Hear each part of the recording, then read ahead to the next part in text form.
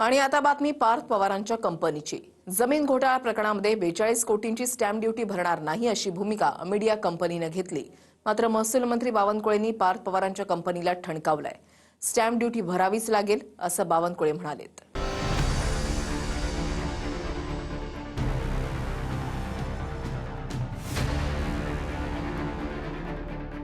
पार्थ पवारांच्या मीडिया कंपनीच्या जमीन घोटाळा प्रकरणात प्रचंड ट्विस्ट आलाय।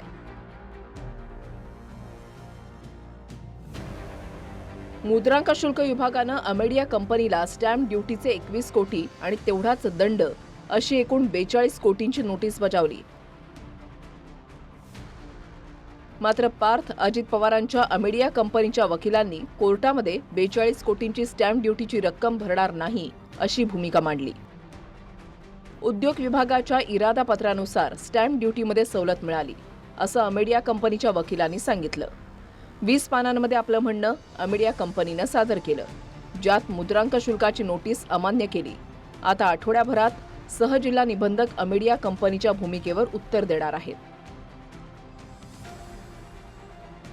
तर महसूल मंत्री चंद्रशेखर बावनकुळेंनी अमेडिया कंपनीला खडसावलं। उद्योग विभागानं स्टॅम्प ड्युटीच्या माफीचं पत्र दिलेलं नाही, त्यामुळे 42 कोटींची स्टॅम्प ड्युटी भरावीच लागेल असं बावनकुळे म्हणाले। महसूल मंत्री ना तुम्ही, महारत्नाची जमीन विकता येते का सांगावी, विकली असेल तर त्याचा मुद्रांक माफ करता येतो का नाही तो सांगावा, कंपन्यामध्ये 99% शेअर असणारा आरोपी असतो का नाही असतो ते सांगा। काय रिपोर्ट घेत असता तुम्ही, खरगे रिपोर्ट आणि फारगे रिपोर्ट घेत असता तुम्ही? स्टॅम्प ड्युटी रजिस्ट्रेशन भरणार नाही असं अमेडिया कंपनीकडनं सांगा। मग मला ते एवढी मस्ती जर अशा कंपन्याला असेल आणि यांच्या नावावर तुमचे मुद्रांक शुल्क अधिकारी प्रॉपर्ट्या करून देतात सरकारच्या, ते सांगतात आम्ही मुद्रांक शुल्क भरणार नाही, उचलून टाका ना त्या अमेडिया कंपनीच्या सगळ्या संचालकांना जेलमध्ये, कसे भरत नाही? अमेडिया कंपनीनी किती मनगळत कहाण्या बनवल्या तरी काही तथ्य नाही। जमीन व्यवहारासंबंधाने कुठलीही मुद्रांक शुल्क माफी देता येत नाही। उद्योग विभागाने RT पार्क करता अशी कुठलीही मुद्रांक माफीची योजना तयार केली नाही। उद्योग विभागाचं प्रमाणपत्र असेल तरच मुद्रांक शुल्काची माफी होतं। यामध्ये कुठल्याही प्रकारचं मुद्रांक माफीचं प्रमाणपत्र उद्योग विभागानं दिलं नाही। त्यामुळं अमेडिया कंपनीला नियमाप्रमाणेच त्या ठिकाणी काम करावं लागेल, नियमाप्रमाणेच त्या ठिकाणी ज्या काही आकारण्या त्या पूर्ण भराव्या लागतील। विशेष म्हणजे मुद्रांक शुल्क विभागाच्या नोटिशीला उत्तर देण्यासाठी याआधी 2 वेळा मुदतवाढ देण्यात आली। आता कोर्टात नोटीसच अमान्य असल्याचं अमेडिया कंपनीचं म्हणणं आहे। सरकारी जमिनीचा घोटाळा बाहेर आला तेव्हा थेटपणे विरोधकांनी अजित पवारांना लक्ष्य केलं। ज्या पुणे जिल्ह्याचे पालकमंत्री अजित पवार आहेत त्याच पुण्यात त्यांच्याच मुलाच्या कंपनीनं थेट सरकारी जमीनच नावावर करून घेतली। मात्र त्यानंतर अजित पवारांनी जे सांगितलं तेही फार धक्कादायक आहे। व्यवहारात 300 कोटींची जमीन दाखवण्यात आली, जमिनीची रजिस्ट्रीही झाली, पण अजित पवारांनी सांगितलं की 1ही रुपयाचा व्यवहारच झालेला नाही। म्हणजे 1ही रुपया अमेडिया कंपनीनं जमीन लिहून देणाऱ्या शीतल तेजवानीला दिलाच नाही। मग पैशांचा व्यवहारच झाला नाही तर रजिस्ट्री कशी झाली हाच मूळ प्रश्न आहे।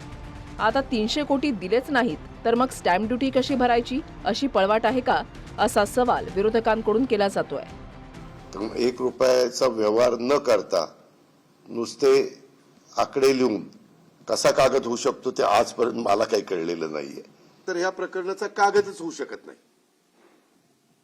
हे आकडे तुम्ही 300 कोटी 1800 कोटी वगैरे जे काही आपण बघितलं, 1 रुपया कुणाला दिला नाही आणि काही नाही, त्याच्यात काय अर्थच नाही ना।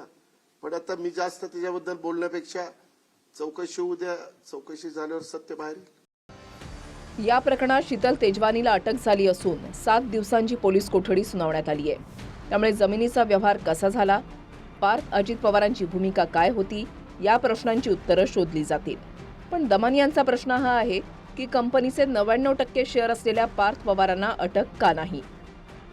कोरेगाव पार्कातील जमिनीच्या व्यवहारात ज्या ज्या सवलती आणि सूट विविध खात्यांतर्फे पार्थ पवार, शीतल तेजवानी आणि दिग्विजय पाटील यांना दिल्या आहेत त्या सर्व महाराष्ट्रामधल्या प्रत्येक नागरिकाला मिळाल्याच पाहिजेत। यापुढे महाराष्ट्रातील कोणत्याही कंपनीनं गुन्हा केला तर संचालकांना अटक करता कामा नये। इकडे माजी मंत्री सुलेखा कुंभारेंनी थेट बावनकुळेंवरच गंभीर आरोप केला। पार्थ पवारांच्या जमीन घोटाळ्यात अजित पवारांसह बावनकुळेंचीही भागीदारी असल्याचं सुलेखा कुंभारे म्हणाल्या। अजित पवारची घड्याळ कधी नाही बघितले आम्ही कामठी शहरात। फर्स्ट टाइम एकही नगरसेवक नाही त्यांचा. हे का आले?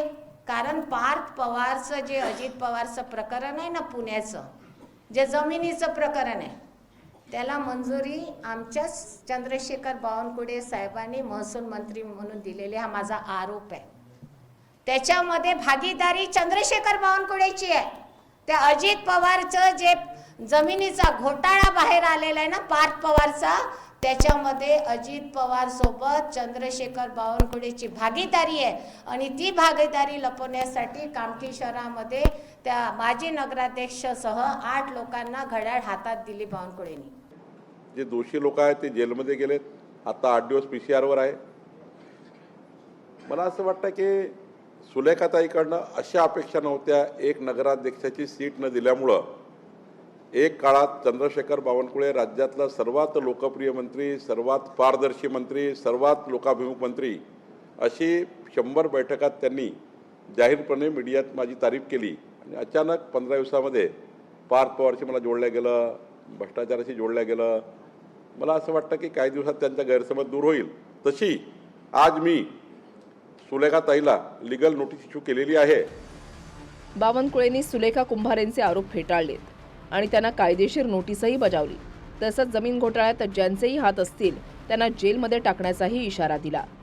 पुणे घोटाळा झाला तर ते आपल्याला त्या ठिकाणी जेलमध्ये टाकू, त्या चौकशी समितीचा अंतिम करू आणि कुणाला सोडणार.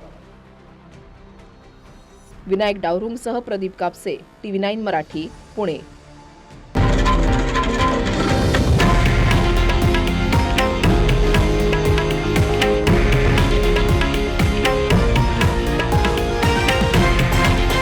हे आहे देशातील नंबर 1 न्यूज नेटवर्क आणि आपण पाहत आहात TV9 मराठी, एकमेव.